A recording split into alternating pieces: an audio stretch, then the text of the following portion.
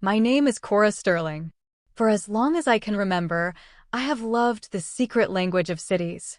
Not the cacophony of traffic or the shouting of stock tickers, but the quiet conversations between a cobblestone street and the rain, the gentle sigh of a park at dusk, the way a row of old brownstones leans together like gossiping friends.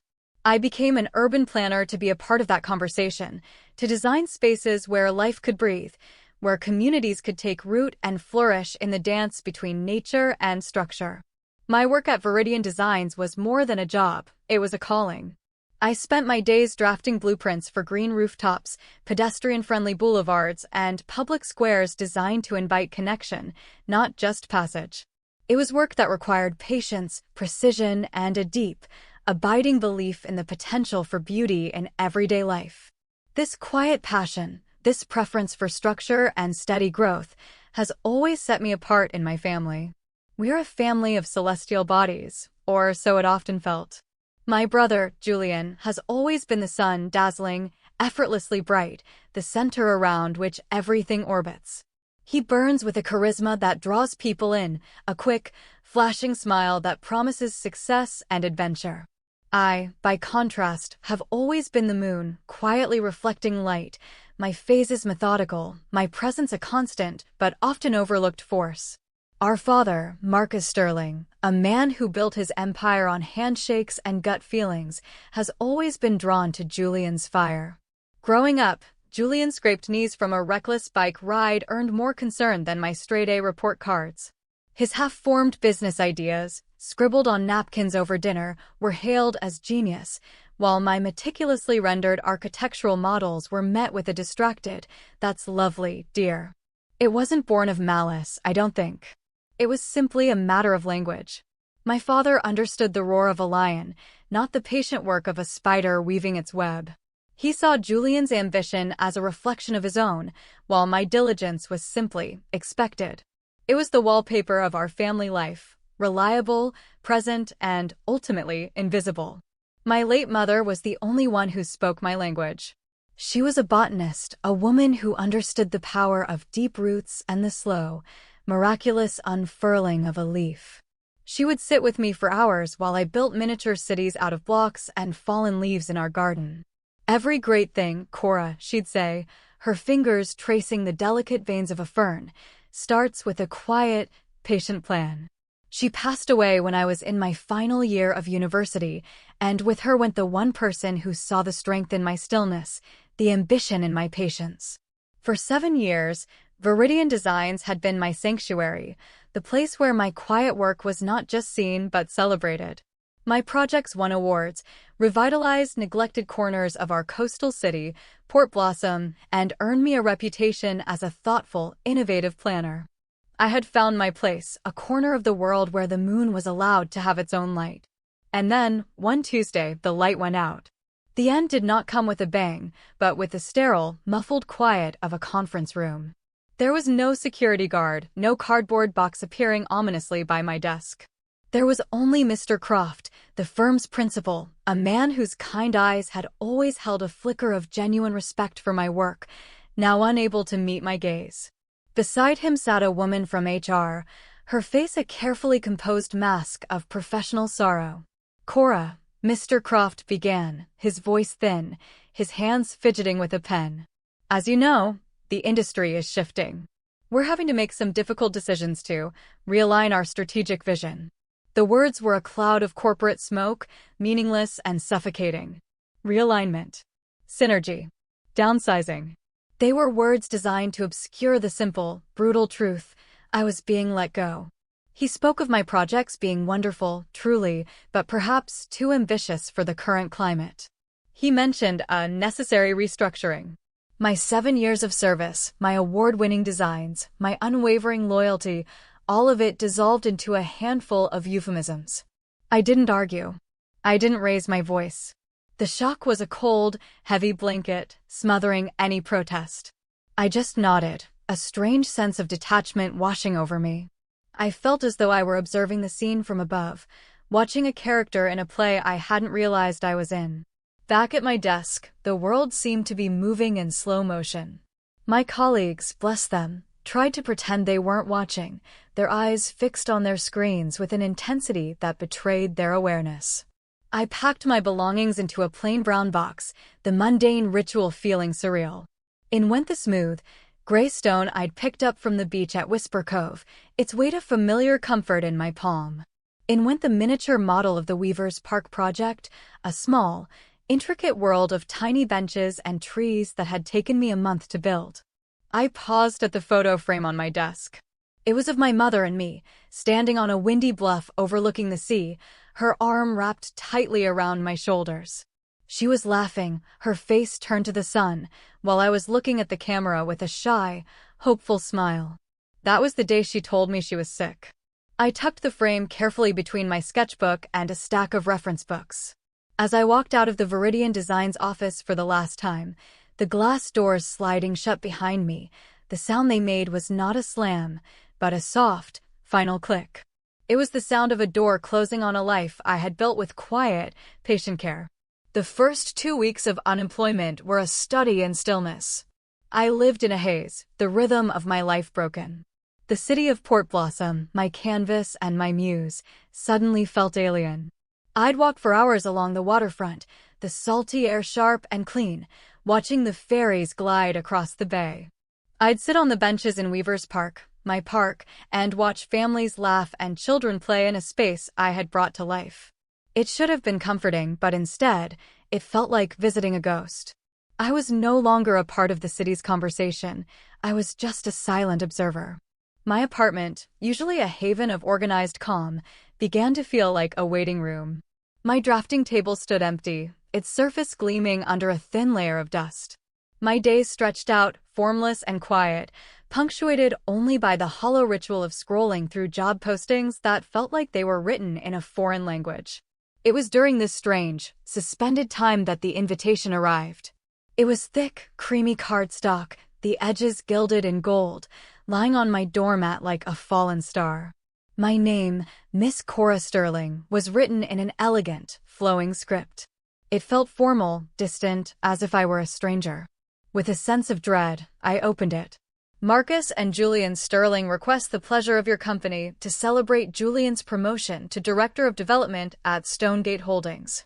The party was to be held at the Azure Club, a place of old money and maritime glamour perched on the edge of the harbor. Saturday. Black tie. My stomach tightened.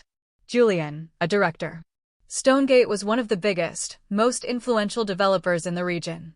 Julian, who'd barely scraped through his business degree, who considered a well-tailored suit to be the primary qualification for success. While I was adrift, he was ascending. The timing was a cruel, cosmic joke. I tossed the invitation onto my coffee table, where it sat for days, a stark white rectangle of everything I was not. It was a summons to witness the sun at its zenith, while the moon was in eclipse. The phone call came on a Thursday evening, as a soft rain began to tap against my window panes. The number was blocked, but I answered anyway, craving any connection to the outside world. Cora? It's Thomas Croft. His voice was different from how I remembered it in the conference room, not thin and evasive, but heavy with a weariness that sounded like guilt. Mr. Croft, I said, my voice neutral. Please call me Thomas. I know this is an imposition, but I need to speak with you. In person. There's something you deserve to know about why you were let go. He paused, and I could hear the hesitation in his breath. It's about your brother. We met at the Gilded Bean, a historic cafe tucked away in a part of the old city that tourists rarely found. It was a place of dark wood, worn velvet, and the rich, comforting scent of coffee and old books. Thomas was already there, hunched over a small table in the corner, looking older and more fragile than I'd ever seen him. Thank you for coming, he said, not quite meeting my eyes. You said this was about Julian, I stated, forgoing any pleasantries. He took a deep, shaky breath and finally looked at me. The kindness I remembered was still in his eyes, but now it was shadowed by shame. I didn't fire you because of your work, Cora. Your work was exceptional. The best we've ever had. I was forced to. A cold knot formed in my stomach. Forced by whom? Your brother, he said, his voice dropping to a near whisper. He came to my office about a month ago. He didn't shout, he didn't make overt threats. It was much cleaner than that. Thomas stared into his untouched cup of coffee. Years ago, before I started Viridian, I was a partner at another firm. We were involved in a land deal for a waterfront development. It was all legal on paper. But to secure the zoning variance, we had to make a very generous donation to a city councilman's charity fund. It was standard practice back then, the way things were done. Ugly, but not illegal. But if it came out now, in today's climate, my reputation, the firm's reputation, would be ruined. He looked up, his eyes pleading for understanding. Julian had the documents. Bank transfers, correspondence. I don't know how he got them. He said he was just looking out for the integrity of the Port Blossom professional community. He suggested that having an employee like you, someone so idealistic, might be a liability for me. He said your projects were becoming so high-profile they were drawing scrutiny to the firm, scrutiny I might not want. The pieces began to click into place, forming a picture of such cold, calculated cruelty that it took my breath away. He used my success as a weapon against me, I whispered, the realization dawning. Worse, Thomas said, his voice cracking. He told me he was moving up at Stonegate. He said having his sister at a rival firm, especially one known for being a crusader, could create a perceived conflict of interest. He framed it as a favor to me. He said, let her go quietly, and this all stays in the past. It's better for everyone. He wanted you out of the industry, Cora.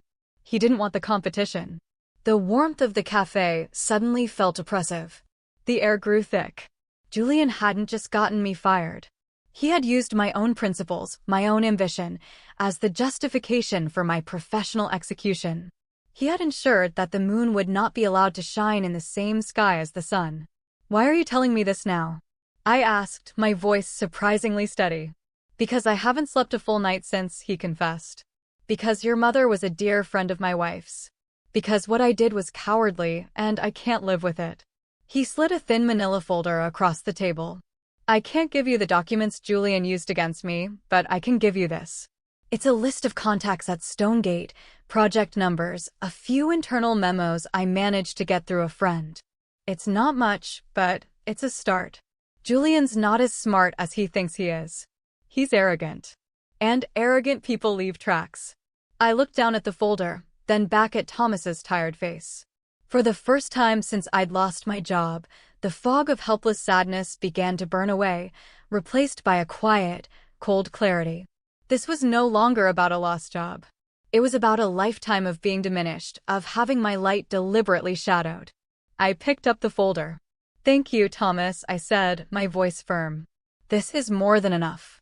As I stood to leave, he asked, what are you going to do? I thought of the gilded invitation on my coffee table. I thought of Julian, raising a glass to a success he hadn't earned, a victory built on my ruin. For the first time in my life, I wasn't going to quietly retreat into the shadows. I was going to learn how to make my own light. I'm going to my brother's party, I said, a flicker of something new resolve, perhaps igniting within me. And I'm going to bring a gift. The investigation was not a clandestine affair conducted in the shadows. It was a quiet, meticulous process of connection and research, using the very skills my profession had taught me, to see patterns, to understand systems, and to follow the lines that connect disparate points into a coherent whole. Thomas's folder was my starting point, a map to a world I had only observed from the outside. My first call was to Beatrice Thorne. Beatrice was the semi-retired head of the City Planning Archives, a woman with a mind like a steel trap and a deep-seated intolerance for bureaucratic nonsense. She was a legend in Port Blossom, a walking repository of every zoning law, public-private partnership, and backroom deal made in the last 40 years. She had been my mother's friend and my unofficial mentor, a woman whose wisdom was as vast and steady as the ocean itself. I met her in the hushed, sun-dusted reading room of the archives, a place that smelled of aging paper and floor wax. I told her everything. She listened without interruption, her shrewd, intelligent eyes fixed on my face, her hands steepled under her chin. When I finished, she was silent for a long moment. The Sterlings have always been good at building things on shaky ground, she said, her voice a low, gravelly hum. Your father built his name. Your brother is building his career. It's a family tradition. She tapped a long, elegant finger on Thomas's folder. Arrogance isn't just a character flaw, Cora. It's a strategic vulnerability. Julian thinks he's playing chess, but he's leaving a trail of breadcrumbs a child could follow. Beatrice became my guide through the labyrinth of public records and corporate filings. We spent days poring over Stonegate's development proposals, cross-referencing them with city contracts and budget allocations. She taught me how to read between the lines of legal documents to see what was unsaid. The first thread we pulled was a company called Harbolite Solutions. According to Stonegate's filings, they had been paid nearly $2 million for community outreach and environmental impact consulting on the new North Harbor revitalization project, the very project Julian was now heading. But when we dug deeper, Harbolite Solutions barely existed. It was a shell corporation registered to a mailbox in another state, with a single director whose name I didn't recognize, but whose address was a luxury condo owned by one of Julian's oldest fraternity brothers. There were no reports, no studies, no evidence of any work ever being done. It was a ghost, a $2 million phantom. "This is how it's done," Beatrice explained, her expression grim. "You siphon public funds or investor capital into these ghost companies. The money is for friends, for kickbacks, for vanity. And in this case, the North Harbor project is partially funded by a city bond. He's not just defrauding investors, he's stealing from the citizens of Port Blossom." The discovery left a bitter taste in my mouth. My work had been about giving back to the city, creating spaces of integrity. Julian was using the same language, revitalization, community, to bleed it dry. Through a junior architect at Stonegate, a young woman I'd mentored during her internship, I got more. Frightened but idealistic, she discreetly passed me copies of internal expense reports. Julian's spending was lavish and brazen. Client dinners at restaurants where the wine list started at $300 a bottle. Research trips to luxury golf resorts. A fact-finding mission to Milan during Fashion Week. All of it billed to project codes for affordable housing initiatives. The most damning piece of evidence came from an unexpected source. I reached out to a contact at a local environmental nonprofit, asking if they had ever been consulted by Harbolite Solutions. They hadn't, but the man I spoke with remembered Julian from a community meeting. He was all charm, the man recalled. Promised us the world. New wetlands, public access to the waterfront, a state-of-the-art filtration system for storm runoff. He even showed us preliminary plans. He emailed them to me. My heart pounded as I opened the file. The plans were beautiful, innovative, and deeply familiar. They were mine. It was a conceptual design I had developed for Viridian 2 years ago for a different site, a pro bono project that had been shelved due to a lack of funding. He had stolen my work, my vision, and was using it as a smokescreen to legitimize his fraud. He was using my light to cast his own long, dark shadow. I spent the final days before the party compiling everything into a single, elegant portfolio. It wasn't a messy pile of papers. It was a clear, concise, and irrefutable narrative of corruption, supported by bank statements, corporate filings, city records, and his own stolen plans. Each page was a testament to his arrogance, a quiet indictment of a system that had allowed him to flourish. The night of the party, as I stood before my mirror, I felt a strange sense of calm. I wasn't the trembling, uncertain woman who had been fired weeks ago. I wasn't a vengeful fury seeking to burn down my brother's world. I was simply Cora Sterling, a planner, and I had a plan. I had chosen my dress with care, a deep, midnight blue silk that was simple, elegant, and timeless. It wasn't armor, it was a statement of quiet confidence. Before I left, I made 2 calls. One was to a highly respected investigative journalist at the Port Blossom Chronicle who specialized in municipal corruption. The second was to the new chair of the city's Board of Ethical Oversight, a woman known for her fierce integrity, a contact Beatrice had provided. I didn't tell them what I was going to do. I simply said that as a concerned citizen, I believed there might be a matter of public interest discussed at the Azure Club that evening, and that their presence might be valuable. Then, with my portfolio tucked under my arm, I drove towards the harbor, towards the glittering lights of the club, ready to step out of the eclipse. The Azure Club was a masterpiece of understated opulence. Perched on a point of land that jutted into the harbor, its floor-to-ceiling windows offered a breathtaking panorama of the city's skyline glittering across the dark water. The air inside was warm and fragrant with the scent of lilies and sea salt, and the gentle murmur of conversation was underscored by the sophisticated melodies of a live jazz trio. Men in crisp tuxedos and women in shimmering gowns drifted through the space, their laughter like the clinking of crystal glasses. It was a world built on confidence, success, and the unspoken rules of the elite. I gave my name at the door and stepped inside. For a moment, I felt a flicker of the old insecurity, the feeling of being the quiet moon in a room full of suns. But then I took a breath, the weight of the portfolio under my arm a grounding force. I was not here as a guest. I was here as an architect of a different kind, ready to reveal a fatal flaw in the structure of this glittering world. My father found me first, a glass of champagne already in his hand. "Cora, I was beginning to think you wouldn't come," he said, his smile wide but his eyes appraising. He gestured to my dress. "Very simple. Good. No need to draw too much attention." "Hello, father," I said, my voice even. "It's a beautiful party." "Of course it is. Your brother has an eye for quality. He's going places, that boy. Real leadership. You could learn a thing or two from his confidence." He patted my shoulder in a gesture that was meant to be affectionate but felt dismissive. He saw my quietness as a failing, Julian's brashness as a virtue. It was the story of our lives. Julian himself was holding court near the grand windows, his laugh booming across the room.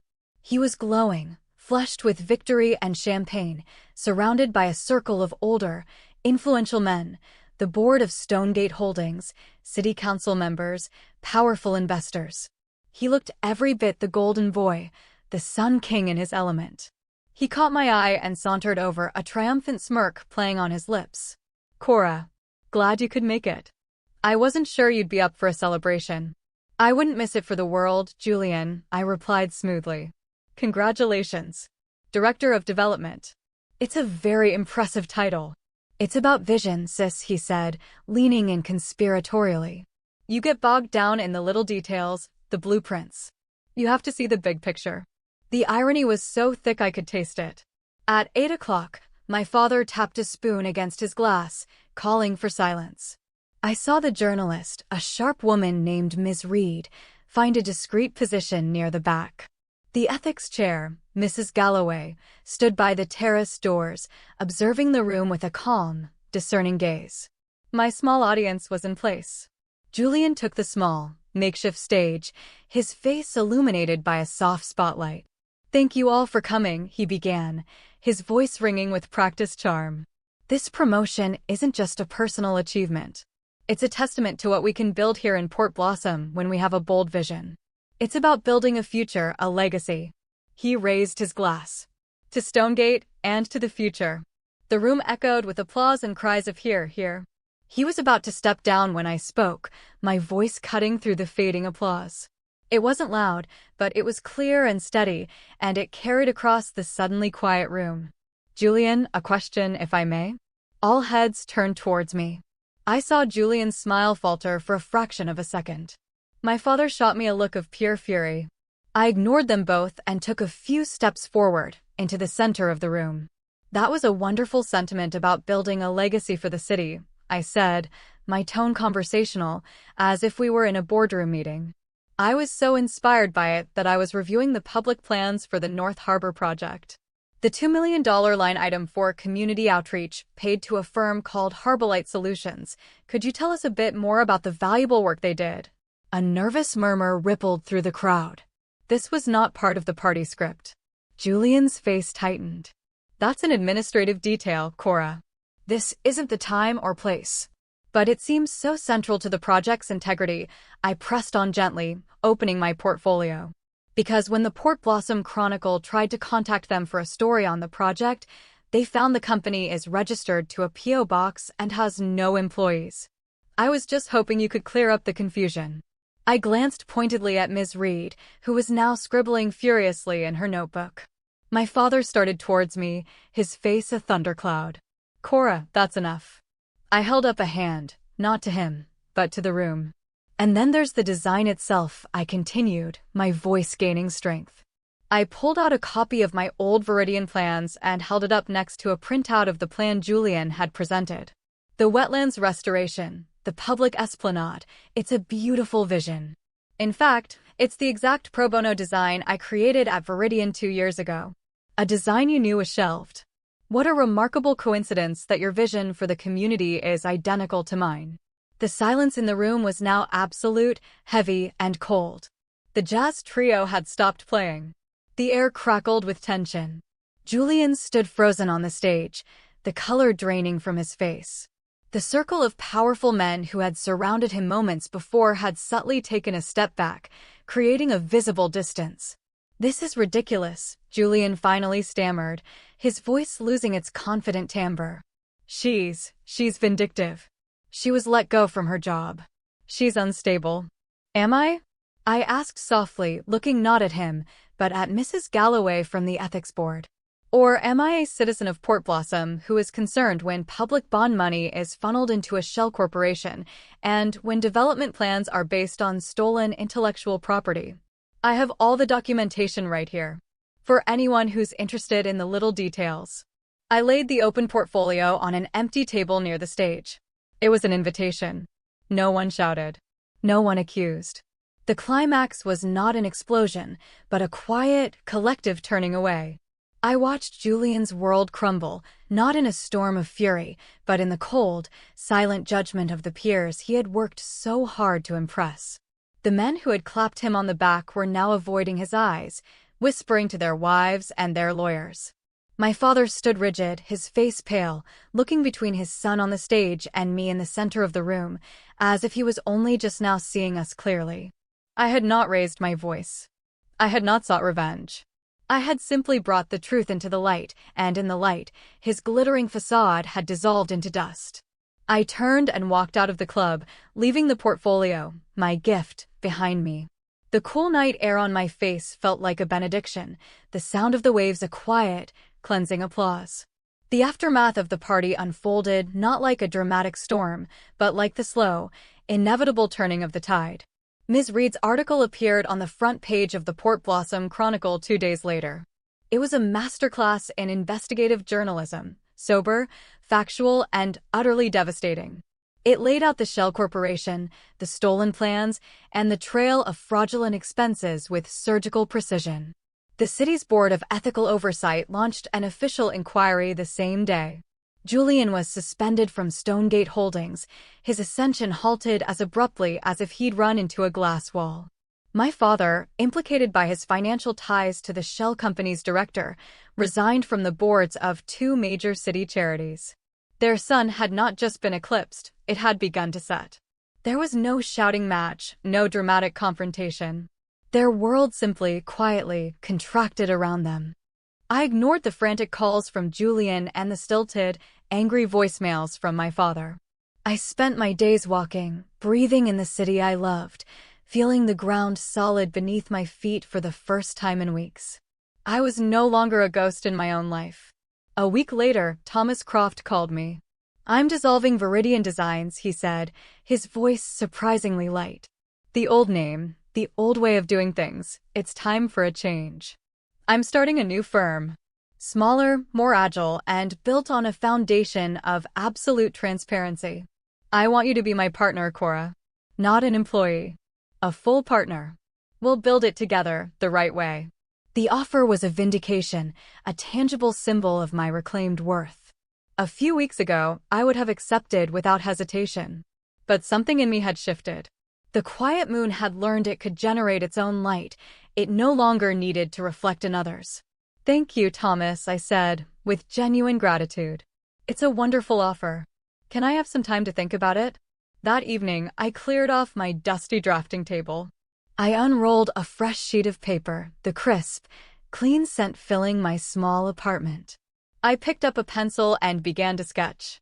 A new park, perhaps. A community garden. A small, perfect library. I didn't know what it would be yet, but I knew it would be mine. The ideas flowed from me with an ease and clarity I hadn't felt in years. I was not just a planner anymore. I was the architect of my own life. My phone buzzed. It was my father. I hesitated, then answered. His voice was strained, stripped of its usual booming confidence. Cora. He was quiet for a long moment. I saw the plans. In the paper. The ones you did. They were beautiful. It wasn't an apology, not really. But it was a crack in the fortress of his certainty. It was the first time he had ever truly acknowledged my work, my vision. I know, Dad, I said softly. It was all I could offer right now. It was all he could receive. We should talk, he said, the words sounding foreign on his tongue. A year ago, I would have rushed to fill the silence, to soothe his discomfort, to make things right. Now, I understood the value of space, the importance of healthy boundaries, the need to protect my own peace. Yes, I said, my voice gentle but firm. We can talk. But later. Right now, I have work to do. I ended the call and turned back to my drafting table. Outside my window, the lights of Port Blossom twinkled like a field of earthbound stars. The city was speaking its quiet language, and for the first time in a long time, I felt I was a vital part of the conversation once more, ready to build a future on a foundation of my own making.